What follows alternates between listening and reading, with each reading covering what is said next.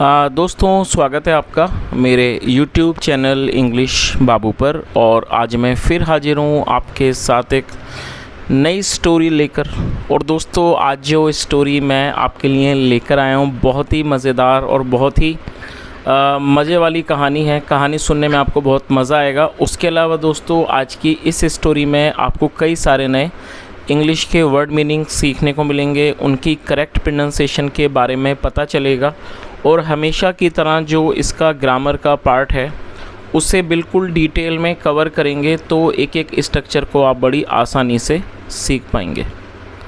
तो चलिए दोस्तों आज की इस कहानी को हम शुरू करते हैं। और सबसे पहले कहानी का टाइटल देखते हैं। कहानी का टाइटल है आ वाइल्ड गूज चेज़। क्या मतलब हुआ दोस्तों? ये जो लाइन है अ वाइल्ड गूज चेज़, एक्चुअली में ये एक फ्रेज़ है। जैसे मुहावरे लोकोक्तियाँ होती हैं तो आप इसका ज़रूर मतलब समझ लीजिए अच्छे से, क्योंकि जो कहानी है पूरी की पूरी टाइटल के ऊपर ही आधारित है। अ वाइल्ड गूज चेज़ का अर्थ होता है किसी ऐसी चीज़ का पीछा करना जो वास्तव में हमें नहीं मिल सकती, मतलब जो एक्चुअली अंत में वो जिसका मिलना ही की संभावना बहुत कम है, उसे क्या कहा जाता है? अ wild goose Chase.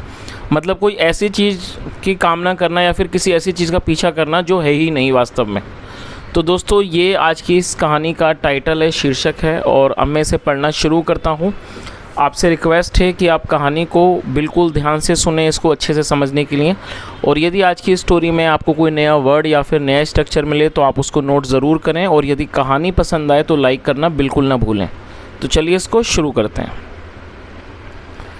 Tenali Raman travelled all over Vijayanagar kingdom, sometimes on the king's work and sometimes on his own. क्या मतलब हुआ दोस्तों? ये जो वाक्य है ये पास्ट इंडेफिनिट का अफर्मेटिव वाक्य है। और जब हम पास्ट इंडेफिनिट में अफर्मेटिव का वाक्य बनाते हैं तो वहाँ वर्ब की सेकंड फॉर्म का प्रयोग किया जाता है। ट्रैवल का मतलब होता है यात्रा करना और सेकंड फॉर्म है travelled.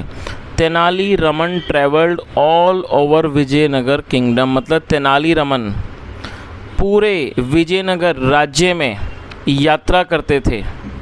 Sometimes on the king's work, मतलब कई बार राजा के काम से। और दोस्तों किंग के बाद एपेस्ट्रॉफी है जिसका मतलब काकी के, तो किंग्स वर्क मतलब राजा का काम, मतलब कई बार राजा के काम से।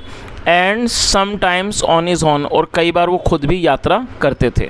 चलिए आगे देखिए। One day he was returning to Hampi when night fell. क्या मतलब हुआ? वन डे मतलब कि एक दिन। He was returning to Hampi.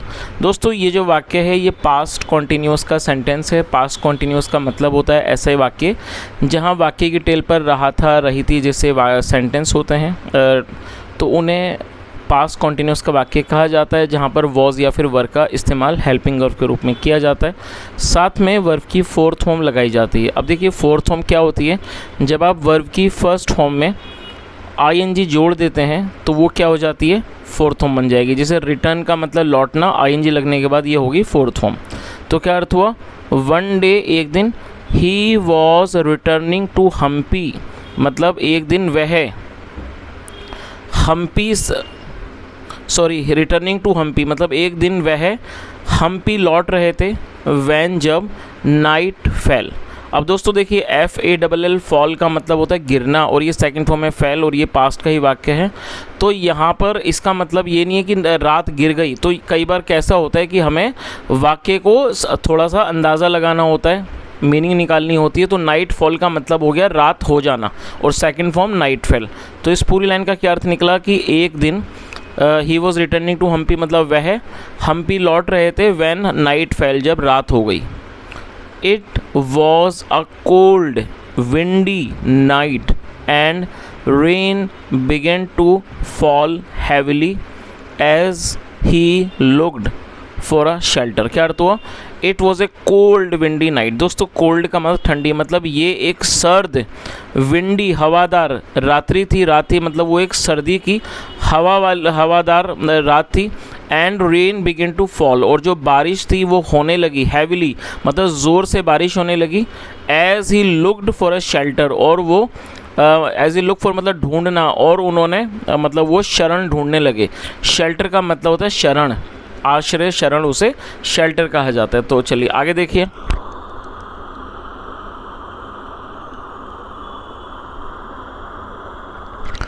Seeing a light, he rode towards it and saw that he had reached an inn. Seeing a light मतलब एक रोशनी को देखकर। ही रोड, दोस्तों राइड का मतलब होता है घोड़सवारी करना, घोड़े पर सवार होकर जाना, सेकंड फॉर्म रोड। तो क्या अर्थ हुआ कि एक रोशनी को देखकर ही रोड टूवर्ड्स इट, मतलब वह उसकी तरफ चल दिए। एंड सॉ, और देखा, दैट ही हैड रीच्ड, कि वो पहुंच चुके थे, एन इन, एक। और दोस्तों इनका मतलब होता है सराय, और यहाँ हेड के साथ थर्ड फॉर्म है, तो ये पास्ट परफेक्ट का वाक्य है। तो क्या अर्थ हुआ कि उन्होंने देखा कि वो एक सराय में पहुंच चुके थे।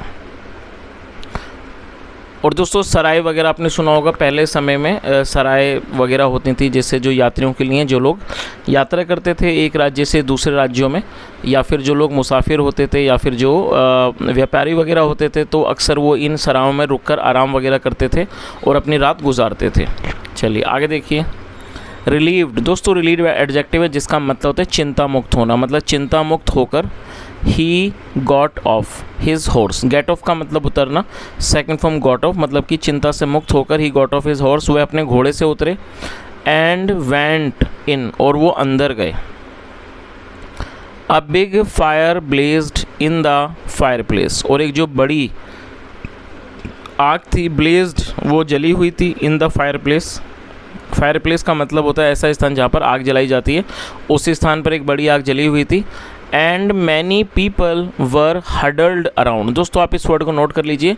हडल्ड का मतलब होता है जब किसी जगह पर भारी संख्या में लोग इकट्ठा हो जाते हैं तो उसे हडल्ड कहा जाता है, मतलब जहाँ पर एक बड़ी सी लोगों की मंडली होती है। तो क्या अर्थ हुआ कि and many people were huddled around it, और जो कई लोग थे वो वहाँ पर उसके मतलब आसपास बैठे हुए थे। ट्राइंग टू कीप वार्म, जो कोशिश कर रहे थे, वार्म गर्म हो रहने की, कीप मतलब रहना, रखना, जो गर्म रहने की कोशिश कर रहे थे। There seemed to be such a crowd, और सी मतलब लगना, प्रतीत होना, there seem to be such a crowd, वहाँ इतना मतलब कि क्राउड का मतलब होता है भीड़ भाड़। There seem to be such crowd, वहाँ इतना, सच मतलब इतना, वहाँ इतना भीड़ प्रतीत हो रही।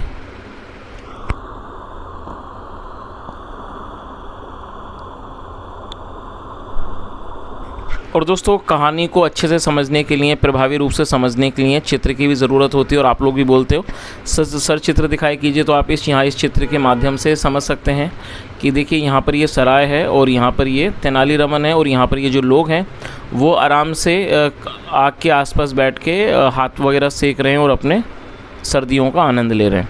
चलिए आगे देखिए। Tenali Raman was soaked to the skin, दोस्तों सोक का मतलब होता है भीगा हुआ होना, और ये एक तरह का फ्रेज़ है। सॉक टू द स्किन का मतलब होता है पूरी तरह से भीगा हुआ होना। तेनाली रमन वो सॉक टू द स्किन, जो तेनाली रमन थे वो पूरी तरह से भीगे हुए थे। एंड शिवरिंग, शिवर का मतलब कांपना, एंड शिवरिंग विद कोल्ड, और वो ठंड से कांप रहे थे। आगे देखिए। But there was no way he could find a place, लेकिन देयर वॉज नो वे मतलब रास्ता, लेकिन वहाँ कोई भी रास्ता नहीं था। He could find a place, कि उन्हें एक कोई स्थान मिल जाए फॉर हिमसेल्फ, अपने खुद के लिए, नियर द फायर, आग के पास। तो दोस्तों यहाँ तक आप समझ ही गए होंगे कि जो ठंड का समय था और जो तेनाली रमन थे वो बारिश के कारण भीग गए थे, लेकिन जब वो उस आग के पास पहुँचे तो वहाँ ऑलरेडी पहले से ही काफ़ी सारे लोग बैठे हुए थे, और जो तेनाली रमन थे वो पूरी तरह से भीगे हुए थे, जिसके कारण वो कांप रहे थे, विद कोल्ड, ठंड से कांप रहे थे। लेकिन ऐसा कोई रास्ता नहीं था कि उनको कोई जगह मिल पाए उस आग के पास। चलिए आगे देखिए।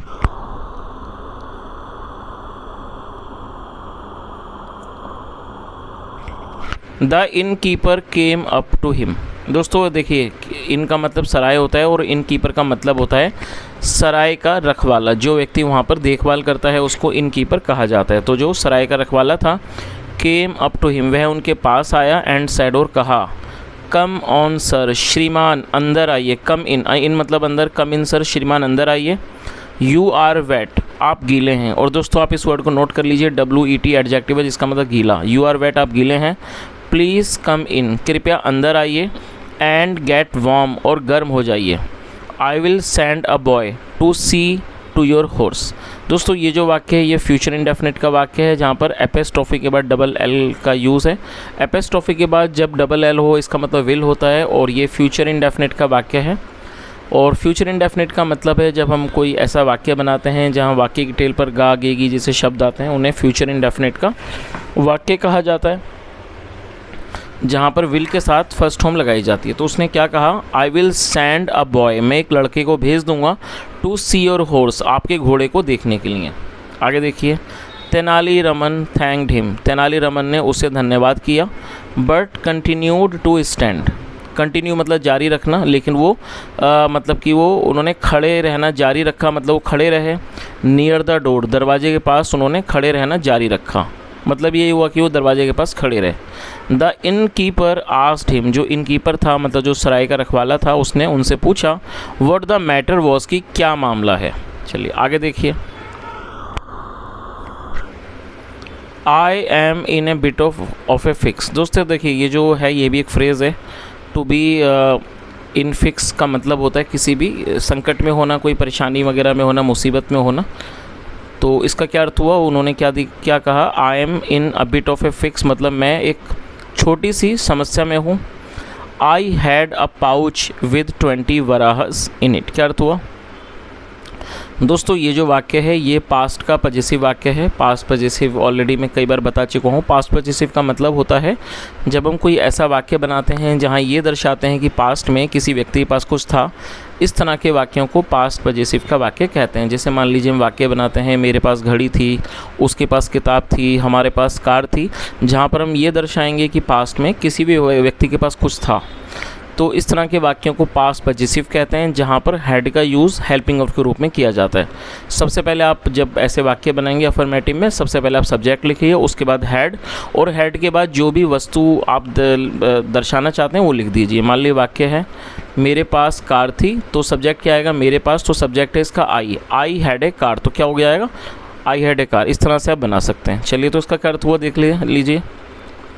उन्होंने क्या कहा, I had a pouch, pouch मतलब होता है एक छोटी थैली, मेरे पास एक थैली थी, विद 20 वराहस, 20 वराहस इन इट, मतलब जिसमें 20 वराहस थे। दोस्तों वराहस क्या होते हैं, गोल्ड कॉइन्स को वराहस कहा जाता था उस समय पर, सोने के सिक्कों को। आगे देखिए, व्हेन आई केम इन, दोस्तों कम मतलब आना, second form came, when I came in मतलब अंदर, जब मैं अंदर आया, जस्ट नाउ मतलब अभी मैं जब अंदर आया, आई फाउंड मैंने पाया, it was not in my jacket, कि वो मेरी जैकेट में नहीं है। तो उन्होंने क्या बताया उसको, व्यक्ति को, कि जब उस जो सराय का रखवाला था उसने पूछा कि क्या मामला है, तो उन्होंने बताया कि मैं एक थोड़ी समस्या में हूँ, क्योंकि मेरे पास एक छोटा सा पाउच था, एक थैली थी जिसमें 20 वराहस थे। अभी जब मैं अंदर आया और I found it was not in my jacket, और मैंने पाया कि वो मेरी जैकेट में नहीं है। I must have dropped it, मैंने इसे ज़रूर गिरा दिया होगा, ऑन द वे, रास्ते पर। आई मस्ट गो बैक, मुझे अवश्य ही वापस जाना चाहिए। दोस्तों देखिए यहाँ मस्ट का यूज़ किया गया। ये जो मस्ट का यूज़ है ये कब किया जाता है, जब हम कोई आवश्यक सलाह को दर्शाते हैं तब मस्ट का यूज़ किया जाता है, साथ में वर्ब की फर्स्ट फॉर्म लगाई जाती है। तो उन्होंने आगे क्या कहा, आई मस्ट गो बैक, मुझे अवश्य ही वापस जाना चाहिए, एंड लुक फॉर इट, और उसे ढूंढना चाहिए। लुक फॉर मतलब ढूंढना। बट दिस रेन, लेकिन ये बारिश, और उसके बाद देखिए वो चुप हो गए। एंड ही स्टॉप्ड स्पीकिंग, और वो चुप हो गए, मतलब उन्होंने बोलना बंद कर दिया। आगे देखिए,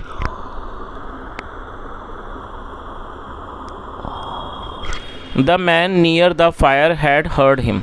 दोस्तों यहाँ जो वाक्य है देखिए ये हेड है और इसके साथ थर्ड फॉर्म है। पहले आप फर्स्ट फॉर्म को नोट कर लीजिए, HEAR, हियर का मतलब होता है सुनना, और ये सेकंड और थर्ड फॉर्म दोनों हैं, तो यहाँ पर इसको थर्ड फॉर्म के रूप में प्रयोग किया गया। और दोस्तों जब हेड के साथ थर्ड फॉर्म आती है तो वो पास्ट परफेक्ट का वाक्य होता है, आप इस चीज़ को नोट कर लीजिए। तो ये पास्ट परफेक्ट का वाक्य है। पास्ट परफेक्ट मतलब किसी क्रिया का पास्ट में पूरा होना। आया था, गया था, लिया था, दिया था, चुका था, इस तरह के जो वाक्य हैं वो पास्ट परफेक्ट के कहलाते हैं। तो क्या अर्थ हुआ, द मैन। और दोस्तों यहाँ देखिए एम ए, एक तो होता है MAN, मैन मतलब आदमी, वो एक व्यक्ति के लिए होता है, और जब एक से अधिक संख्या होती है आदमियों की तो वहाँ पर MAN की जगह MEN होता है। तो ये प्लूरल नाउन है, आप इसे भी नोट कर लीजिए। तो क्या अर्थ हुआ, the man near the fire, जो लोग थे मतलब जो आदमी थे नियर द फायर, आग के पास, हैड हर्ड हिम, वो उनकी बात सुन चुके थे।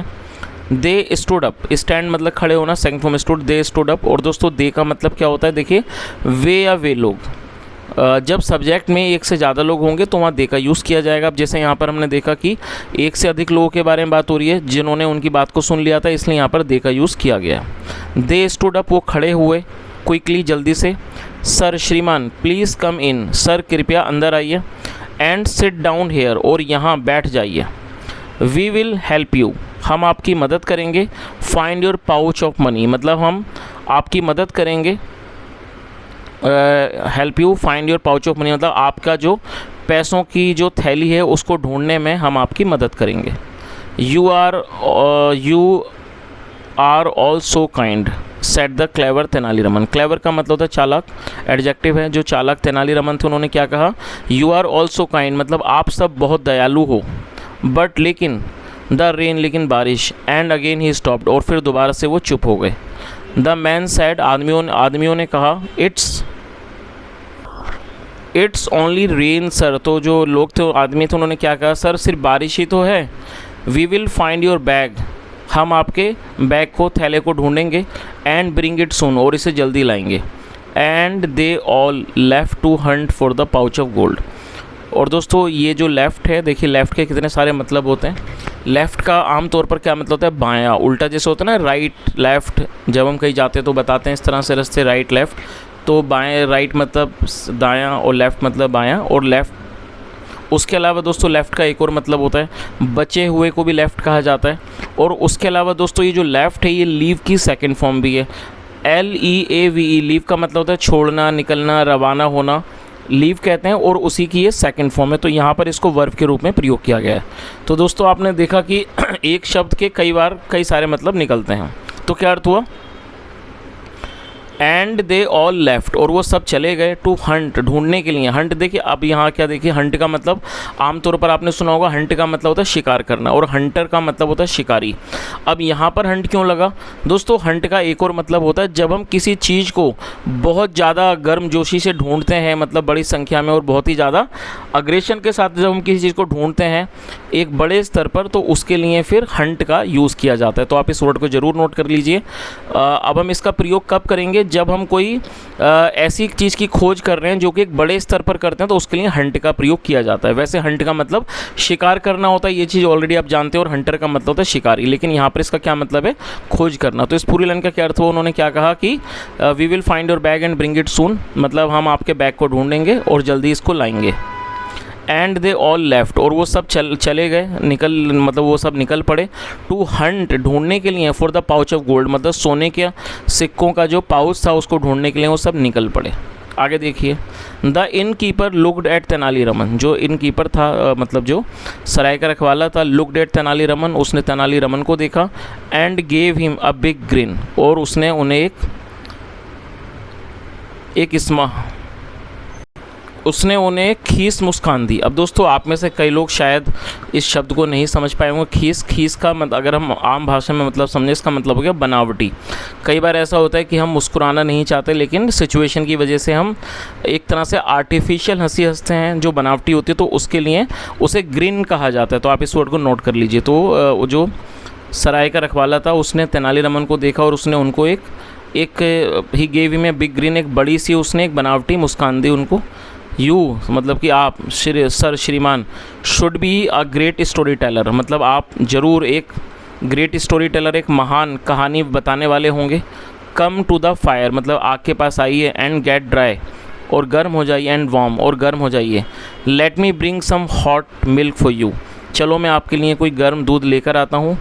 And Tenali Raman stretched out near the blazing fire, और जो तेनालीरामन थे, स्ट्रेच आउट का मतलब अंगड़ाई लेना, उन्होंने अंगड़ाई ली नियर द ब्लेजिंग फायर, उस जलती हुई आग के पास। Putting his clothes around to dry, अपने कपड़ों को रखते हुए, मतलब उसके पास में, टू ड्राई सुखाने के लिए अपने कपड़ों को रखते हुए। चकलिंग एट द पुअर फेलोज़, और मुस्कुराते हुए उन बेचारे फेलोज़ मतलब उन आदमियों पर, हु वुड बी हंटिंग, जो ढूंढ रहे होंगे, इन द रेन, बारिश में, एंड द डार्क, अंधेरे में, फॉर अ पाउच, उस पाउच को, दैट वॉज नॉट देयर, जो कि वो वहाँ पर नहीं था। तो दोस्तों मैं समझता हूँ अब तक आपको कहानी समझ ही आ गई होगी। जैसा कहानी का टाइटल था अ वाइल्ड गूस चेज़, और मैंने जैसे आपको बताया इस कहानी का टाइटल वाइल्ड गूस चेज़ का मतलब ये था, मतलब है कि कोई ऐसी चीज़ की तलाश करना जो वास्तव में है ही नहीं, मतलब मिलेगी ही नहीं। तभी यहाँ पर मैंने शुरू में आपको बताया कि जो कहानी का टाइटल है वो काफ़ी ज़्यादा रिलेट करता है कहानी से। तो असल में अब मुझे लगता है कहानी को आप समझ ही गए होंगे। यहाँ पर जो तेनालीराम थे उन्होंने एक थोड़ा सा चालाकी का प्रदर्शन किया। उन्होंने, जाहिर सी बात है, वहाँ आग के पास इतने सारे लोग बैठे थे और सर्दियों के मौसम में कोई भी व्यक्ति आग के पास से नहीं जाना चाहेगा, उसे बैठने में अच्छा लगेगा। तो उन्होंने यहाँ पर एक थोड़ी सी उन्होंने अपने दिमाग का इस्तेमाल किया और उन्होंने बोला कि भाई मेरा मतलब एक पाउच गिर गया, एक थैली गिर गई जिसमें कुछ गोल्ड वराहस थे, गोल्ड कॉइन्स। तो जो लोग थे, तो जब उन्हें ऐसा लगा तो जाहिर सी बात है उनमें से कुछ लोग हो सकता है लालची रहे होंगे, तो वो उस चीज़ को तलाश करने के लिए बाहर चले गए। असल में वो जो उनका पाउच था वो गिरा ही नहीं था। उन्होंने जानबूझ करके इस तरह की कहानी बनाई ताकि लोग वहाँ से उठ के बाहर चले जाएँ, और जब वो लोग बाहर गए तो वहाँ पर स्पेस हो गया। फिर तेनालीराम रमन जो है आग के पास आराम से बैठ गया, उन्होंने अपने कपड़े भी सुखाए और उन्होंने अपनी सर्दी का आनंद भी लिया। तो दोस्तों इस तरह से ये कहानी यहाँ पर ख़त्म होती है। यदि आपको कहानी अच्छी लगी हो और आपके चेहरे पर थोड़ी सी मुस्कान आई हो कहानी को सुनकर, तो आपसे रिक्वेस्ट है आप इस वीडियो को ज़रूर लाइक करें, शेयर करें, चैनल को भी सब्सक्राइब करें। कहानी के बारे में आप कुछ कहना चाहें तो आपका स्वागत है, कमेंट में ज़रूर बताएं। सुनने के लिए thank you so much. Have a nice day and bye.